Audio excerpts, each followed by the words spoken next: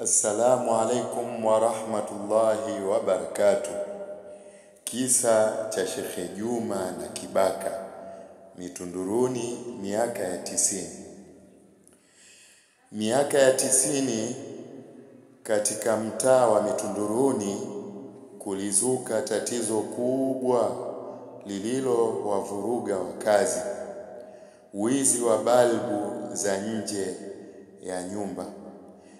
Kila alfajiri kulipokucha, familia 3 hadi 5 zilikuwa zinaamka zikiwa zimeibiwa taa. Hofu ikatawala, hasira zikapanda, lakini mwizi hakupatikana. Siku moja asubuhi, Sheikh Juma akiwa nje baada ya kutoka swala ya alfajiri, akakutana na mama mmoja jirani yake. Walipiga salamu kwa heshima. Assalamu alaikum mama, vipi hali yako na hali ya nyumbani? Mama akaitikia, wa alaikum salamu shekhe, tunamshukuru Allah, ila leo kijana wangu ameamka anaumwa sana kiuno, sijui kafanyaje, najiandaa kumpeleka hospitali. Sheikh Juma kwa moyo wake wa huruma akasema, twende nikamuone. Walipofika ndani, kijana akamwamkia shekhe, na Sheikh Juma akamsogelea kijana kwa upole na kumuuliza, vipi mwanangu, unaendeleaje? Lakini kijana akiwa bado kwenye hofu ya kitendo alichofanya usiku, akadhani ameulizwa ulikuwa na nani usiku. Akajua ujio wa shekhe pale bila shaka kamtambua. Baba, nisamehe, nilikuwa na kaka yangu. Mimi nilimwambia tusiibe kwako, lakini yeye akanilazimisha.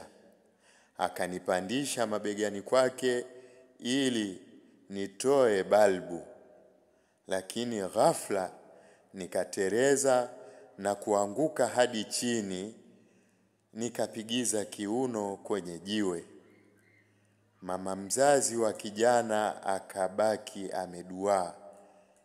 Sheikh Juma naye akamtazama kwa mshangao, kisha akasema kwa sauti ya upole iliyojaa hekima, subhanallah, kumbe nyinyi ndio waizi wa balbu. Mmekuwa mkiiba balbu hapa mtaani? Akamkaribia tena kijana, akampa nasaha kwa upendo mkubwa, mwanangu, wizi ni tabia mbaya sana. Wizi unaharibu maisha ya mtu na kufungulia milango ya shari na matatizo.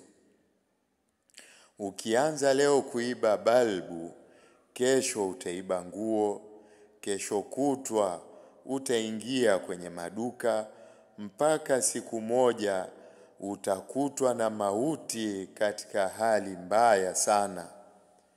Kijana alilia sana mbele ya shekhe baada ya kupata nasaha nyingi nzuri za kumkanya na kumuongoza. Baba, nisamehe sana, nimesikia, sitafanya tena, na hapa kwa Allah sitarudia tena. Kuanzia siku ile wizi wa balbu ukakoma. Ujumbe wa kisa: Sheikh Juma hakuwa tu kiongozi, bali alikuwa mlezi katika jamii. Alitumia hikma, huruma na mawaidha kurekebisha jamii. Hata pale alipojeruhiwa kimali au kihisia, aliona thamani ya kutengeneza jamii kuliko kuwahukumu wanajamii. Wa hadha, assalamu alaikum wa rahmatullahi wa barakatuh.